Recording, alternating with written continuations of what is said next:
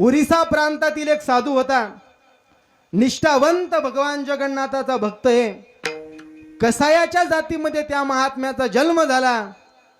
मांस विक्रीचा व्यवसाय आहे. त्या साधूचं नाव आहे सज्जन कसाई. मांस विक्रीचा व्यवसाय होता, पण एवढा अधिकारी महात्मा होता, तो साधू जर दुकानात मांस विकण्याकरिता बसला तर जगाच्या मालकानं त्याला मांस विकू लागावं एवढा अधिकारी महात्मा होता. सज्जन कसाया विकू लागे मांस. पण एका बाईने विनाकारण आरोप केला आणि सज्जन महाराजांचे दोन्ही हात तोडायला लावले. कधी घडली घटना ऐका. जगन्नाथपुरीची रथयात्रा जवळ आली आणि जशी रथयात्रा जवळ आली तसं सज्जन महाराजांचं मन संसारात लागेनं. आपलंही जशी आषाढी कार्तिकी जवळ येते का तसं वारकऱ्याचं मन संसारात लागत नाही. संपदा सोहळा नावडे मनाला, लागला टकळा पंढरीचा, पांडुरंग ध्याने पांडुरंग म्हणे, जागृती स्वप्नी पांडुरंग. ही अवस्था सज्जन महाराजांची झाली. आणि एक दिवस पाठीवर पडशी बांधली, हातामध्ये पाण्याचं गाडगं घेतलं आणि पायी पायी देवाचं चिंतन करत जगन्नाथपुरीकडे निघाले. समोर गेले, अंधार पडला, एक खेडेगाव लागलं. आणि सज्जन महाराजांनी विचार केला, रात्री प्रवास करण्यापेक्षा रात्रभर आपण या गावामध्ये मुक्कामी थांबू आणि उद्या सकाळी आपण आपल्या यात्रेला लागू. आणि एका मंदिरात सज्जन महाराज थांबले. पण त्या मंदिरासमोरून एक स्त्री जात होती आणि तिने सज्जन महाराजांकडे बघितलं आणि सज्जन महाराजांना परिचय विचारण्यासाठी गेली. महाराज, आपण कोण आहात?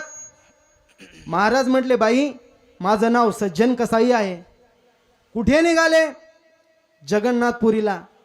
आजचा मुक्काम या मंदिरावर. बाईनं सांगितलं, महाराज, अहो, या मंदिरात मुक्काम करण्यापेक्षा आमच्या घरी चला, रात्रभर तिथं मुक्काम करा. सज्जन महाराज म्हटले, नको, मंदिरावरच बरे. अहो, नसल मुक्काम करण्यासाठी यायचं असेल तर नका येऊ, पण जेवण करण्यासाठी तर या. 2 घास का, तुमचे पाय आमच्या घराला लागतील. आणि सज्जन महाराजांनी विचार केला, एखादी बाई जर मोठ्या श्रद्धेने बोलवत असेल तर आपण का जाऊ नये. म्हणून सज्जन महाराज त्या बाईच्या घरी गेले. छान स्वयंपाक केला आणि सज्जन महाराजांनी तिचा नवरा दोघांनी जेवण केले. पण सज्जन महाराज मंदिरात निघणार तेवढ्यात धो धो पाऊस चालू झाला. आता मंदिरात जायचं कसं? बाईनं सांगितलं, महाराज, अहो, एवढ्या पावसात मंदिरात जाण्यापेक्षा रात्रभर इथंच मुक्काम करा आणि सकाळी जा.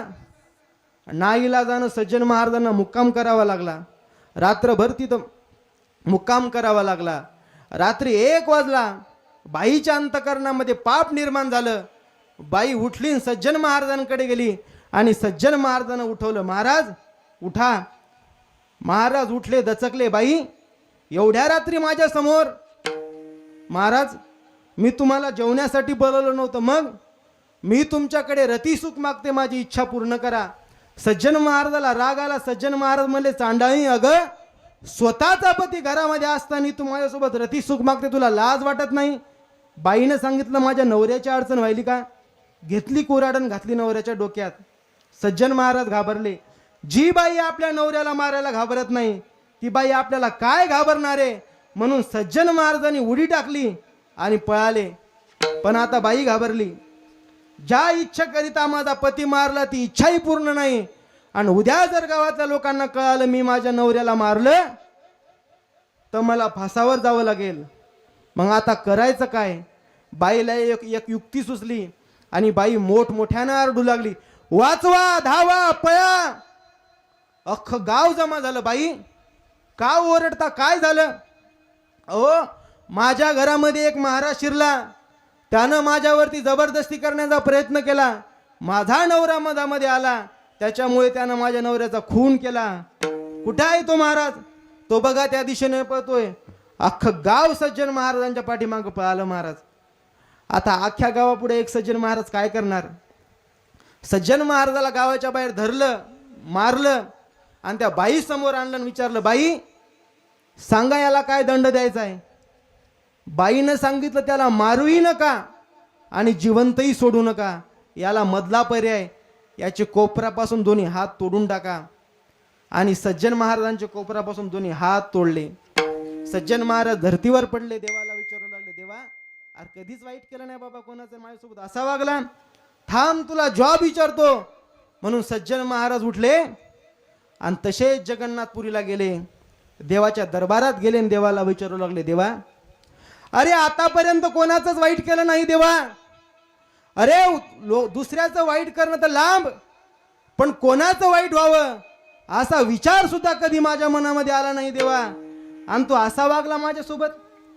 अरे रात्रंदिवस तुझं भजन करतो रे, माज जरी विकत असलो ना देवा, फक्त मुखात तुझंच नाव आहे, आणि तू माझ्या बरोबर असा वागला. अरे ऐकलं होतं भक्तांवर संकट आल्यावर धावून येतो, द्रौपदीवर संकट आलं धावून गेला, सुखोबारायाच्या बहिणीचं बाळात पण केलं देवा, आणि माझ्यावर संकट आलं धावून नाही आला. काय काय वाईट केलं देवा मी तुझं? अरे कधीच कोणाचं वाईट केलं नाही, आणि माझ्यासोबत असा वागला बाबा. भगवंत मूर्तीतून प्रकट झाले, सज्जन महाराजाला आलिंगन दिलं आणि सांगितलं, सज्जना अरे कोणतीच गोष्ट विनाकारण घडत नाही बाबा. देवा काय पाप केलं रे मी? अरे सतत तुझं भजन केलं देवा. देवानं सांगितलं, सज्जना अरे या जन्मात काही पाप केलं नसल, पण पाठीमागच्या जन्मात केलेलं पाप कोण फेडायचं? काय केलं होतं देवा पाठीमागच्या जन्मात? ऐकायचं सज्जना? हो म्हणले देवा. मग ऐक म्हणले.